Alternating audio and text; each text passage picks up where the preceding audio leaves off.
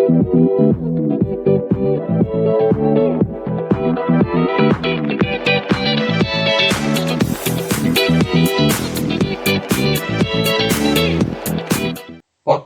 Jurnal Respirasi Talks.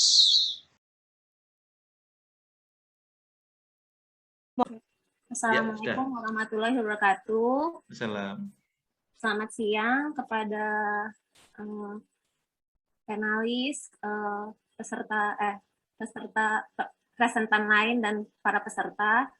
Ini literatur review saya waktu PPDS, jadi ini ditulis tahun 2016 ketika kebakaran hutan di Riau.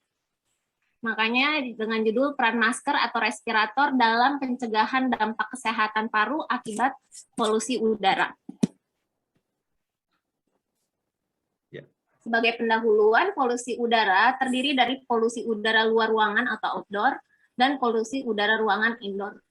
Mortalitas terdapat 3,7 kematian ketika tahun 2012 secara global. Lalu dua area yang banyak terdampak dari polusi udara adalah area Pasifik Barat dan Asia Tenggara. Kebakaran hutan juga memberikan kontribusi terhadap polusi udara ruangan. Respirator dapat melindungi kesehatan paru, jadi polusi udara luar ruangan akibat kebakaran hutan.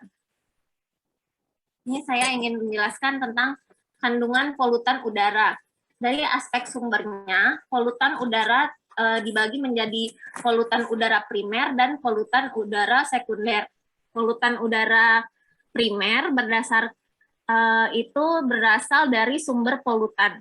Contohnya cerobong asap pabrik, pipa knalpot kendaraan bermotor, kebakaran hutan. Lalu polutan udara sekunder yaitu reaksi polutan primer dan unsur lain di alam. Ini contoh yang paling populer adalah ozon. Berdasarkan sifat fisiknya, dibagi menjadi polutan gas dan polutan partikel. Polutan gas itu polutan udara yang berbentuk gas atau uap, sedangkan polutan partikel ini kita sering sebut sebagai partikulat matter atau nantinya akan saya singkat sebagai PM, dan dia merupakan campuran unsur cairan dan padat di atmosfer. Jenis PM sebagai indikator polutan udara dibagi menjadi PM10 dan PM2,5. PM10 dengan ukuran diameter 2,5 sampai 10 mikron, dan PM2,5 itu kurang dari 2,5 mikron. Ini kalau dilihat dari ukuran diameter PM dan unsur lainnya, bisa dilihat ini PM10 itu dia lebih kecil dari debu jalan tanah.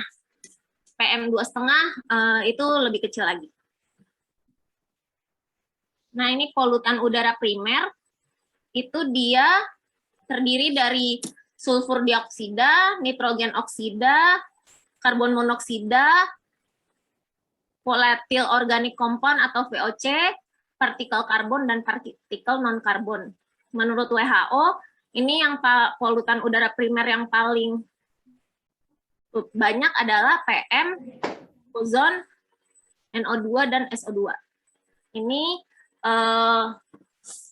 batasan kadar parameter polutan udara itu dia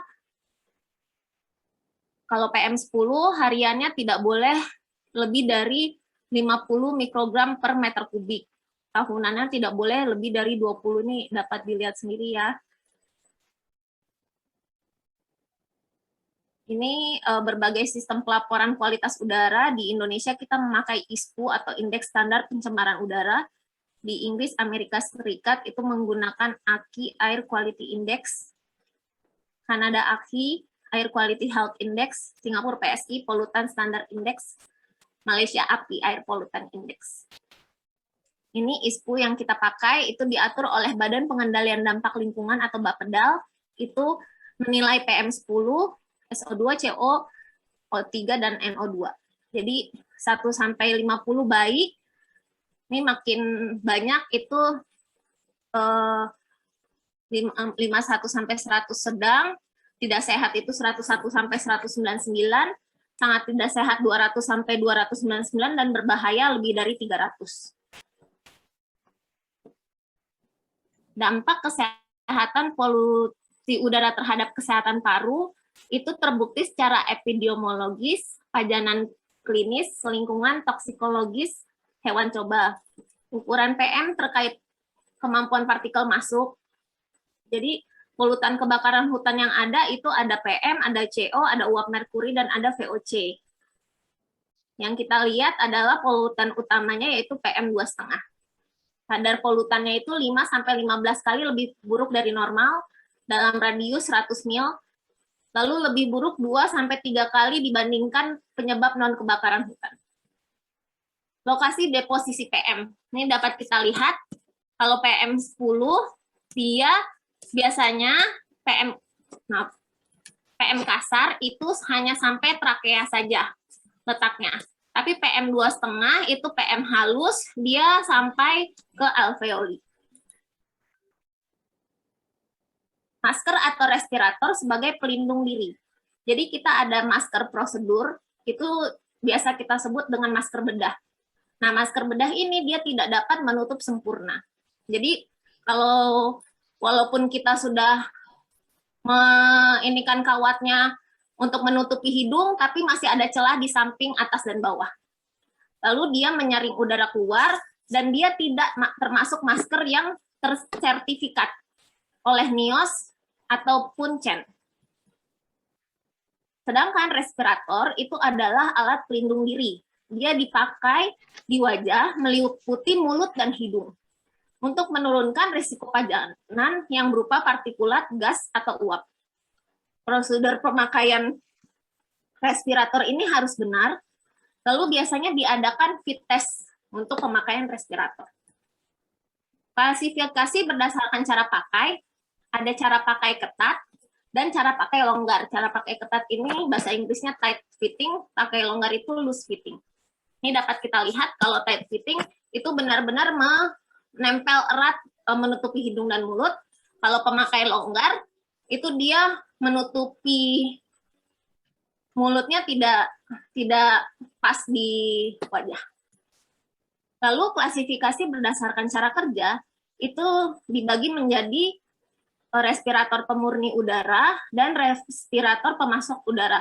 Respirator pemurni udara itu bahasa Inggrisnya air purifying, pemasok udara itu air supplying. Jadi kalau pemurni udara itu dia menyaring kontaminan. Sedangkan kalau pemasok udara dia menyediakan udara bersih. Nanti ada gambarnya. Ini kita untuk yang jenis respirator pemurni udara dulu, air purifying respirator. Dia dibagi menjadi power APR atau PAPR. Power APR itu ada powernya ya. Jadi ada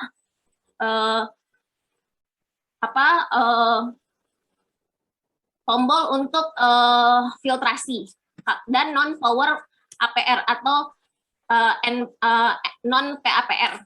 Itu ada filtering piece, contohnya N95, ada full face piece, jadi dia menutupi muka seluruhnya, ada half mask, hanya menutupi hidung dan mulut, quarter mask, ini 1/4, jadi dia menutupi hidung dan mulut tanpa dagu, dan mouthbite.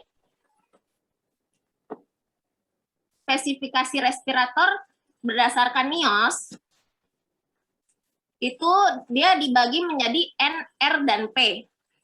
N itu dia adalah non-oil resistance. Jadi dia dipakai di tempat yang dia tidak tahan terhadap uap dan minyak, jadi harus dipakai di tempat yang bebas minyak. Kalau R itu somewhat oil resistance, jadi dia bisa tahan terhadap uap minyak, tapi hanya 1 giliran jadwal kerja. Dan P itu oil proof, jadi dia dapat dipakai di area kerja yang berminyak dalam jangka waktu lebih dari 1 giliran kerja. Lalu dibagi lagi 95%, jadi nanti ada tulisan 95, 99, sama 100. Nah, ini maksudnya adalah kalau 95 itu dia bisa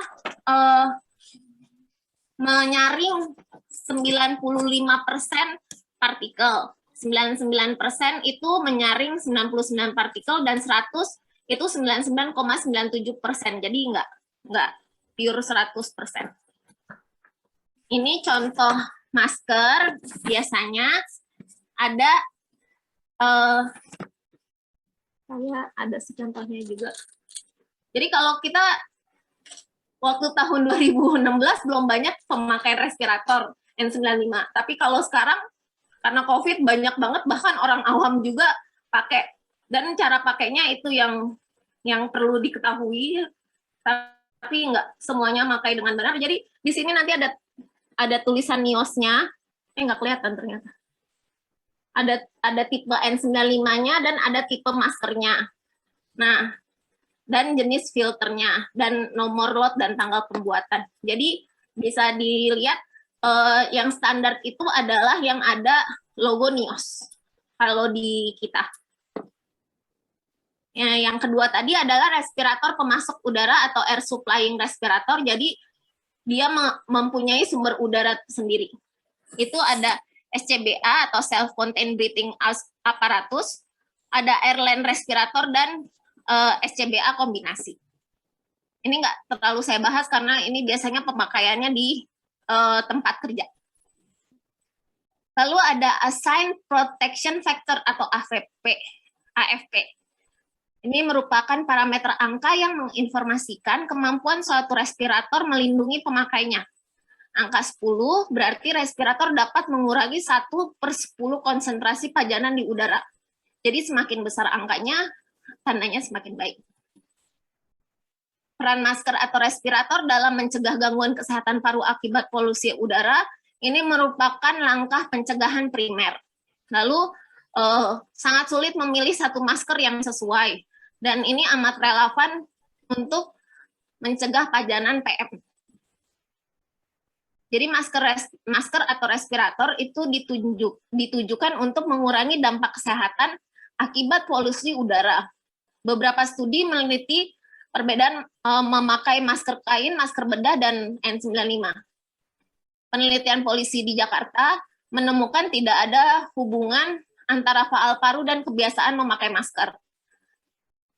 Ini mungkin datanya kurang atau pemakaian masker waktu tahun 2016 itu pemakaian masker itu tidak rutin dipakai oleh polisi gitu. Lalu penelitian polisi di Thailand didapatkan hasil polisi yang memakai masker memiliki faal paru yang lebih baik.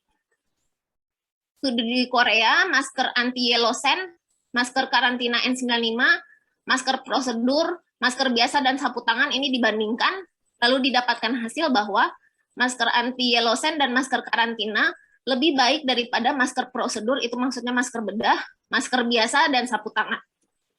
Ini hasil pembandingannya. Jadi untuk katun masih banyak yang terkena, tapi kalau untuk N95 baru amat sangat sedikit gitu. Nah, terus ternyata emang di negara lain ternyata memang ada pemakaian N95 yang berulang, jadi yang 1 minggu itu dia tetap bisa tetap baik, tapi tidak lebih baik daripada masker N95 yang baru. Studi di California itu kedua masker N95 dan masker bedah tidak mampu melindungi masyarakat. Ini dilihat dari lama pajanan luar, tidak cukupnya fit testing, dan cenderung lebih lama di luar. Jadi memang fit test pemakaian respirator itu penting. Studi di California itu penurunan gejala pernapasan pada kelompok yang memakai masker. Lalu ada studi di Indonesia tentang kebakaran hutan tahun 97, itu tidak sering memakai masker berhubungan dengan eksaserbasi gejala respirasi. Jadi rekomendasi penggunaan N95 harus mempertimbangkan beberapa faktor. Testing merupakan prasyarat agar masker berfungsi optimal. Kurangnya edukasi di masyarakat dapat membuat pemakaian masker jadi tidak tepat. Walaupun memiliki keterbatasan, tetapi respirator dapat melindungi hingga tingkat tertentu. Sampai kepada kesimpulan, jadi ini kandungan polusi udara bersifat bahaya, terdapat masalah kesehatan masyarakat. Lalu respirator sebagai alat pelindung diri saluran napas terdiri dari berbagai macam jenis sesuai dengan kebutuhan pajanan yang dihadapi.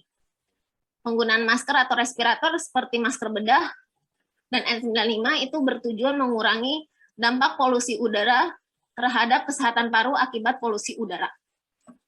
Masker prosedur atau masker bedah hanya sedikit memberi proteksi, sedangkan masker N95 terbukti menurunkan angka penyakit paru pada kebakaran hutan. Ya, sekian presentasi dari saya. Maaf kalau agak cepat. Terima kasih sebelumnya. Terima kasih, Dr. Haryuki. Jadi memang respirator ini ada banyak jenisnya. Kita bisa melihat tergantung jenis pajanannya dan tergantung jenis polusi udaranya ya, Dr. Haryuki ya. Iya, Dok. Baik, Dr. Prof. Faisal, ini saya memberikan informasi bahwa tulisan Dr. Haryuki ini di jurnal respirasi banyak yang mensitasi ya. Bahkan ada jurnal Scopus yang mensitasi tulisan ini. Tapi yang terkenal bukan Dr. Haryuki-nya, kan tulisannya Faisal. Bukan.